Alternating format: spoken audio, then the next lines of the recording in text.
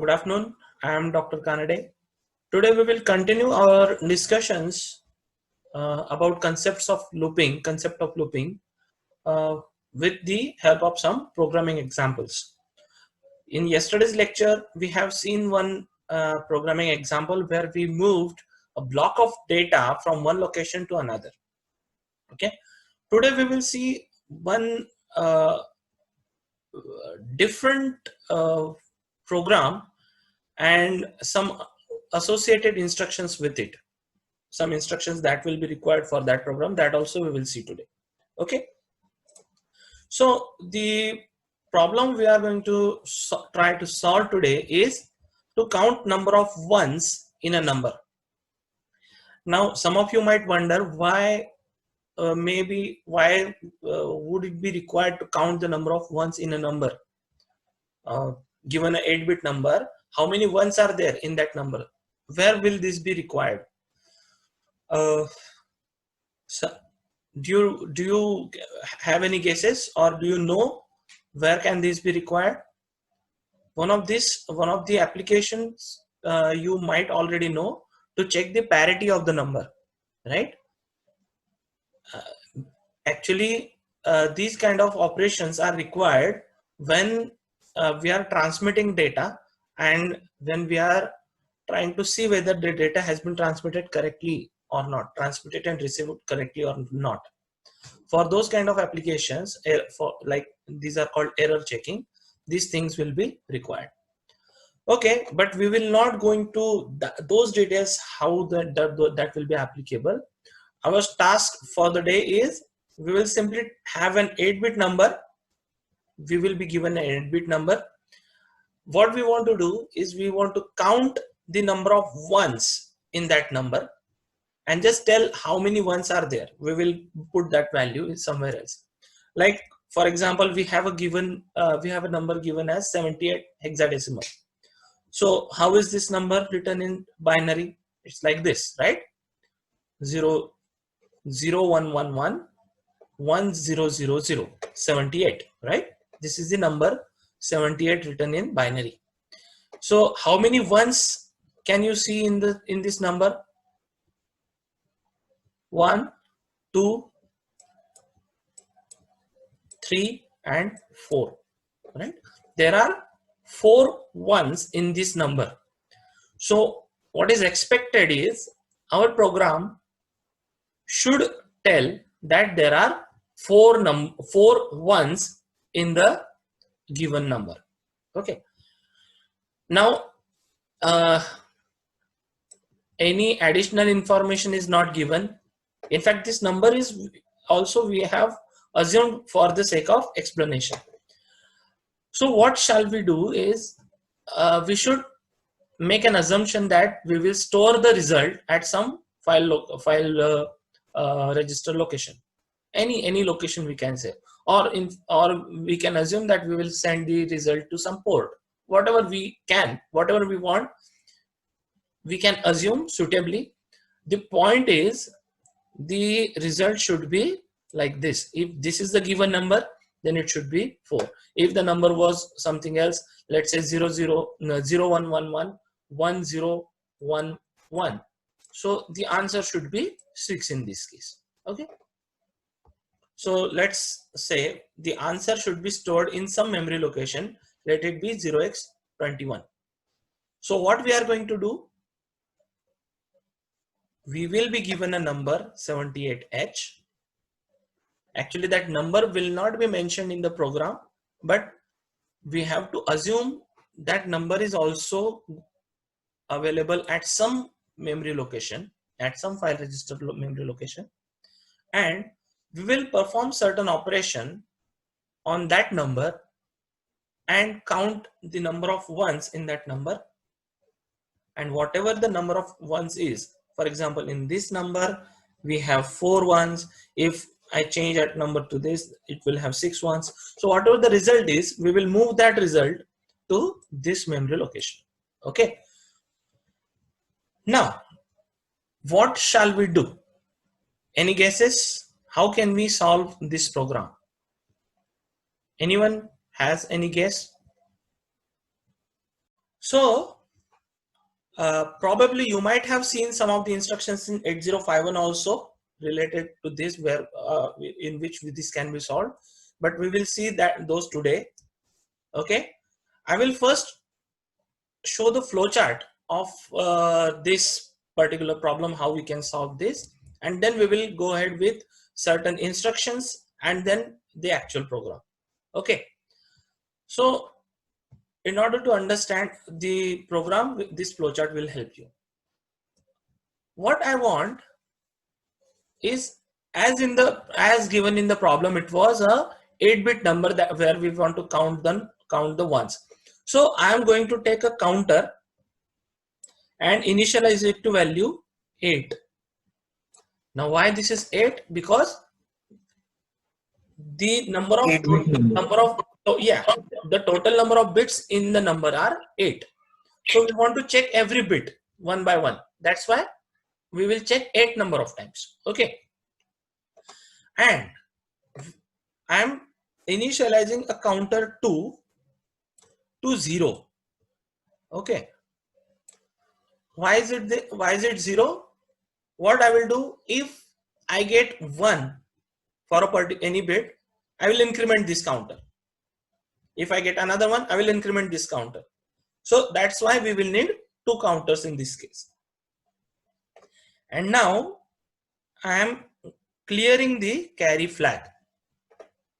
Carry flag, where is the carry flag? You remember, carry flag is in the status register, right?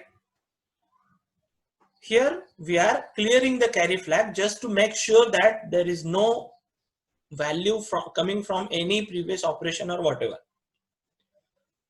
This is called sanity check, that we are making sure ourselves that the carry flag will be 0 at once we start our program. Okay, now see what I have written here.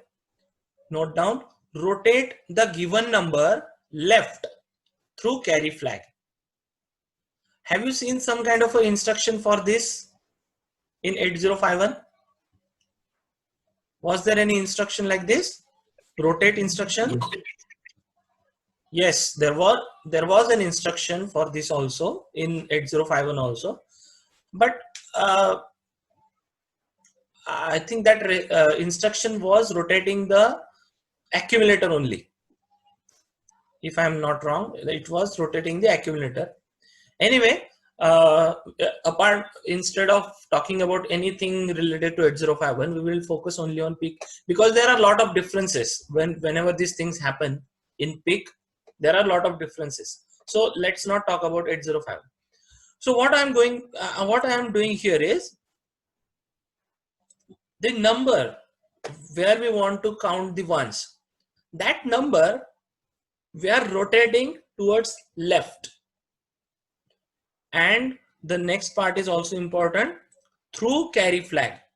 Okay, we are rotating that number through carry flag. Now how it will be done, I am going to show you on the next slide. Okay, so what will happen in this case is the MSB of the number will go to carry flag. So if it is something like this, and this is the carry flag, okay, what will happen? We are rotating the number left through carry. Okay, so what will happen is this. The carry will go to the LSB, the carry flag, whatever is available already, will go to LSB, and the MSB will go to carry, like this. Every bit will be shifted by 1. You have seen the shift register operation, right? Shift register, it shifts just every bit by 1 position towards, in this case it is shifting towards left.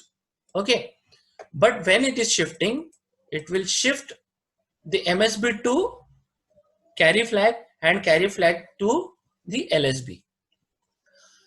Now can you guess what shall we do? Sir म्हणजे जितके वेळा आपला carry flag 1 असेल तितके वेळा आपले याच्या number मध्ये असणार. Right, correct. So we now have to check the carry flag, right? Now we should check the carry flag. How do we check the carry flag? We have seen this instruction earlier. How to check the carry flag? How to check the carry flag? Have we seen the instruction? Is carry equal to 1? Have we seen this instruction? Can we? Okay. If carry is 1, we will do what we will do? We'll talk about the instruction again. Okay. If carry flag here, after rotating, if it is 1, we will increment the counter 2. Means we will say we have found 1 in the number. So I will increment the counter 2, which will have the number of ones, right? If, okay, and once we get this, we will decrement the counter 1. Means we have checked 1 digit. So we will decrement the digit counter. This 8 is for counting these digits, right? 1, 2, 3, 4, 5, 6, 7, 8. 8 digits are there in the number. So we are going to check 1 digit at a time. So for that, I have this counter 1. Okay. So if there was a 1 at MSB, that 1 would come here, and we'll check by the carry flag. If carry flag is 1, we will increment that counter, and then we will decrement the digit counter. Okay, because 1 digit we have already checked. What if the carry flag is not 1? What if the MSB was 0? So there will be 0 here. So the no part of this block. If it is not 1, means carry flag is 0, we will not increment the counter 2. That's it. Because that particular digit, this particular digit was 0. So we are not counting in the number of ones. And instead of incrementing, we will directly decrement the counter because we have checked this digit. Okay. So we will skip this and we'll directly decrement the counter. Now what shall we do? In the flowchart, can you tell me what should be the next block? What we have done? See, we took the MSB, we rotated so that it comes into carry. We checked the carry flag. If it is 1, we incremented the number of ones counter. If it is not, we did not increment the counter. In any case, we decrement the counter 1 so that this number has been, just to mark that this digit has been checked. Now what we want to check the next digit, means we want to again perform the same thing. How many times do we need to rotate? This rotation has to be done 8 times, right? Because at first rotation, this bit will be in the carry. At second rotation, this bit will be in the carry. At third rotation, this bit will be in the carry in a sequence. Therefore, we will now check the counter 1, means the digit counter. It was 8 in the beginning. We decremented the counter 1. So now it has become 7. We will check whether it is 0. If it is not 0, what we will do? If it is not 0, we will go to the rotate part.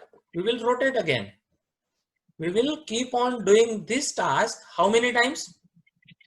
Totally 8 times, right? And how are we going to check that? Based on the counter 1. Counter 1 was initially set to 8. Decrement once. Is it 0? Not yet. Go back, rotate, check carry. If whenever the carry will be 1, we'll increment the counter 2. If the carry is not 1, we will not increment, but simply will perform the loop operation. So whenever there is a 1 in a number, the loop goes like this. Okay. If there is a 1 in the number, and whenever there is a 0 in the whenever there is a 0 in the whenever there is a 0 in that number, the loop goes like this.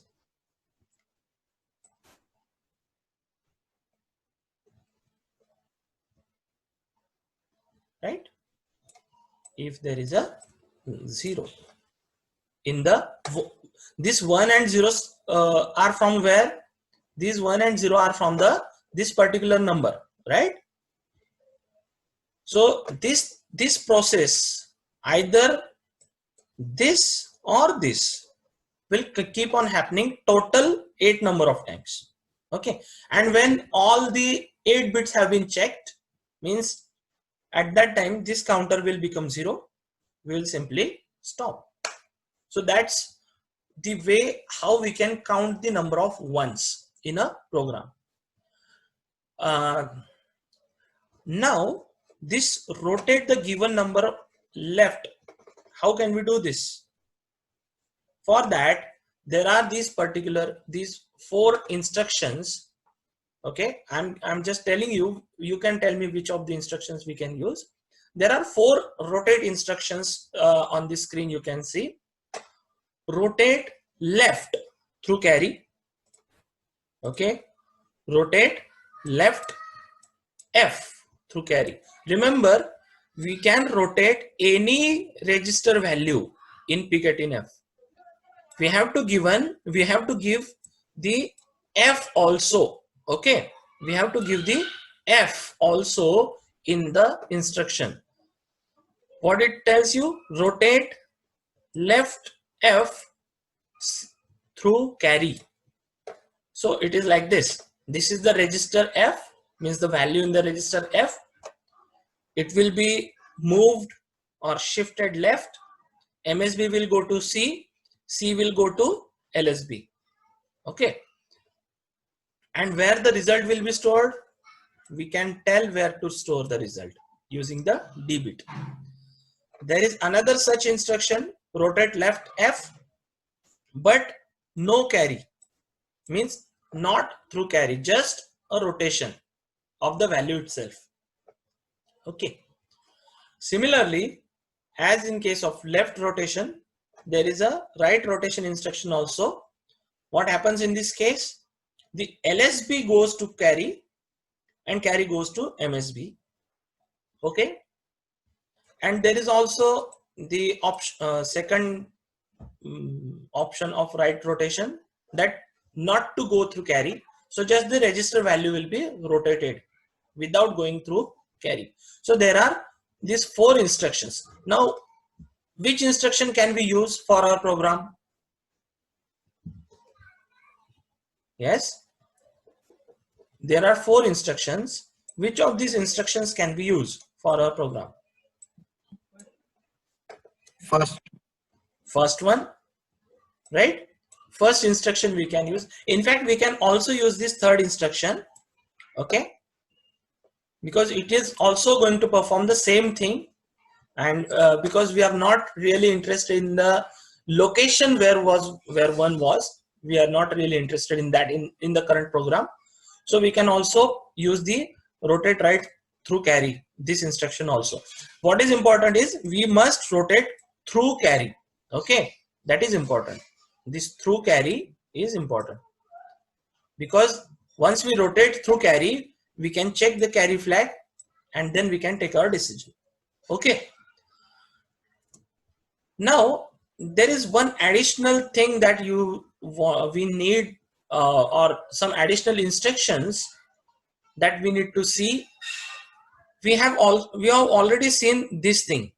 Okay, we have already seen some of these things. What you are seeing here, bit addressable instructions. Okay, in these kind of instructions, what happens is, inside the instruction, this B is given, and it is a 3-bit value.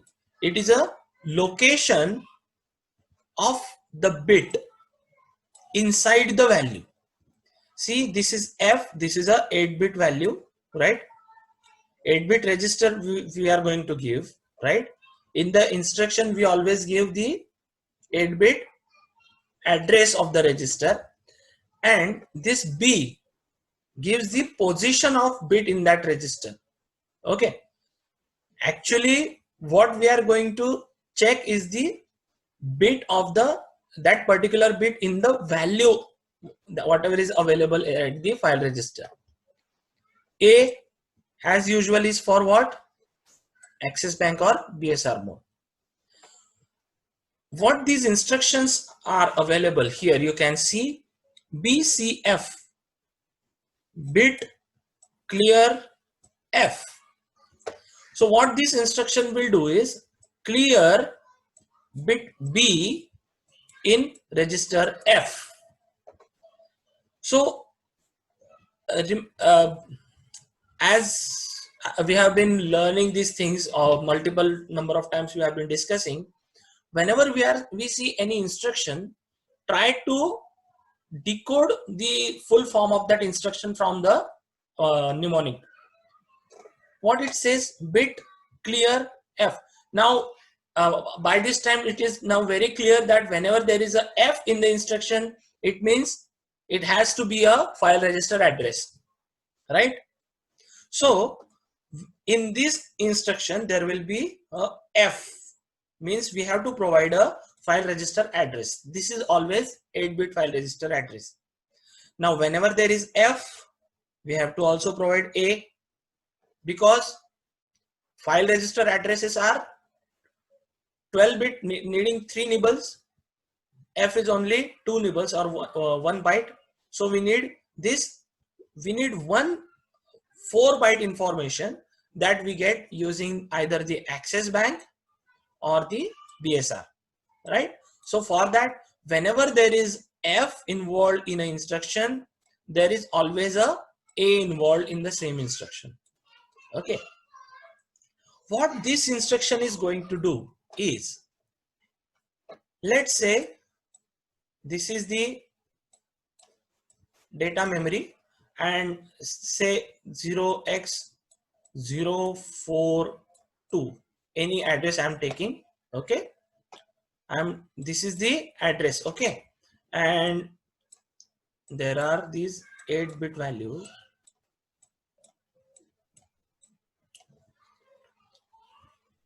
Let's say 10111101. I have taken some random value here. Okay. Okay. So if I run instruction BCF, I tell it 0x42 comma B. So let's say I say 2 and I leave A. So A will be automatically 0, meaning it is the access bank. Okay. So what this instruction will do is, it will see the address 42 from access bank. So it will go to this particular address 042, right? 0 means from, it is from access bank.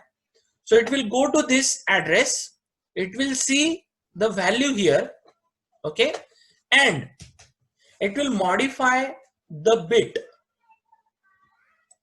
It will modify bit 2 in this data.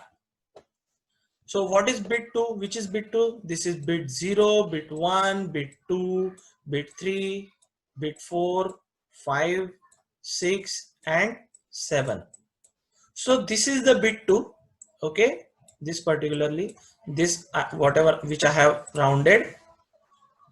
Okay, this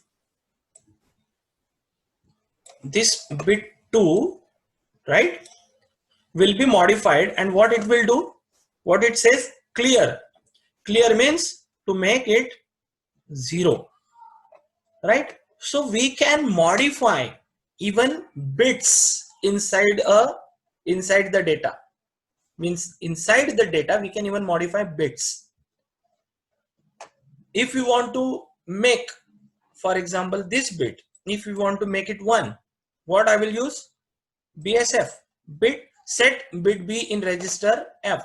If I do like this, BSF 0x42 comma 6, what it will do? The bit 6 will be made 1 or will be set. Okay. Are you getting this? What we are doing? What can we do in this case? In this kind of instructions, we can modify bits in the data. Remember, we are not modifying the bit in the whatever is given here. This is the address. We are modifying bits in the data available at that address. Okay. This last instruction BTG, what it will do? It will toggle the bit. Means BTG 0x42 2. What it will do? If that particular bit is 0, it will make it 1. If that particular bit is 1, it will make it 0. That's it. That is toggling. Can you see where we can use this? Where can we use this bit toggle instruction? LED on off. Correct. We have used in the C program. We have made use of this in a C program format. But using the BTG instruction, we can also do the same task, right? By using BTG port B, comma 0, for example. So 0th bit in the port B will be toggled from 0 to 1. That's it, right? These two instructions, okay, these two instructions are a little different and a bit complicated. See what they say. They are a little bit long to see. Bit T for test F. Okay. Bit test F. F means as usual file register. So what it is doing, it is going to test the bit B in file register F. Okay. And this SC stands for skip the next instruction if C for clear.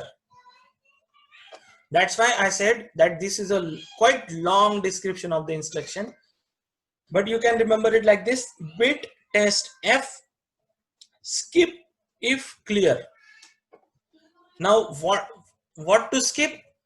Skip the next instruction to this particular instruction. Whenever this instruction is written, and if that particular bit is clear, means that if that particular bit is 0, whatever the next instruction comes in the program, that will be skipped and instruction next to it will be executed. Similarly, BTF SS, it will do the same thing, but it will skip if the bit is 1. Now obviously these instructions you will get very clear when we are going to use them. Now why we are seeing this today? Because we are now going to use this particular instruction. If you remember on this slide, you have seen what we want to do here: clear the carry flag. So any guess how can we do this? How can we clear the carry flag using some of these instructions? Sir, BCF instruction for BCF, right? We are going to need BCF. What it will do? It will clear bit B in register F. Now register F in this example, you can see I have taken 0x42, right? And A here I have taken as 0. By default, it is going to take us to Access Bank, right? Means this 0x42, the real address is 0x042 because this is from Access Bank. This 0 comes from Access Bank location. The data at this particular location, we assume that it was something like this, whatever, 1 1 1 1 1 0 0 1. Okay. When we say BCF, means clear bit B in the F, means what? If B is 2, what we are going to do is we are going to clear the bit 2. Now you can see here, I have given here B is a 3-bit position. So 3-bit position means 0 0 0 to 1 1 1. How many it goes? 0 to 7, right? These are those 0 to 7 locations. Okay. 0, 1, 2, 3, 4, 5, 6, 7. So what we are telling in the instruction is, we are telling the location of the bit which we want to modify. Okay. We are telling all these B, whatever we are seeing here, all these B are telling the location of the bit in that particular 8-bit number. Okay, so if I have told here 2 means this particular bit. Okay, so what this instruction is going to do is, BCF, it will, without checking the number, without checking the value of this bit, it will make it 0. It will clear the bit. It will make the bit value equal to 0. If it is 0 already, doesn't matter. If it is 1, it will make it 0. So outcome of this particular instruction will be that the bit B in file register F. So here you can see that bit B in file register F will become 0. Okay. This is for clear. And if we want to set it, if we want to make it 1, we can use the BSF set instruction. Okay. So my question was, if I want to clear the carry flag, which instruction will be used? Which instruction can be used? We can use the BCF instruction in this case, right? BCF instruction we can use. And where is that carry flag located? Which file register is it located in? Carry flag is available in which register? What is that register called? Recall. Try to remember. Try to recall it. Status register. It was called status register, right? It was called it is called the status register. So what I can do, I can use BCF. Okay, status. Now which bit we want to clear? Carry flag. So there are two ways. Whenever there is availability of specific names to registers or bits, we can use their names. We can use it like this: BCF status, comma C. This is applicable. This can be used in this case to clear the carry flag.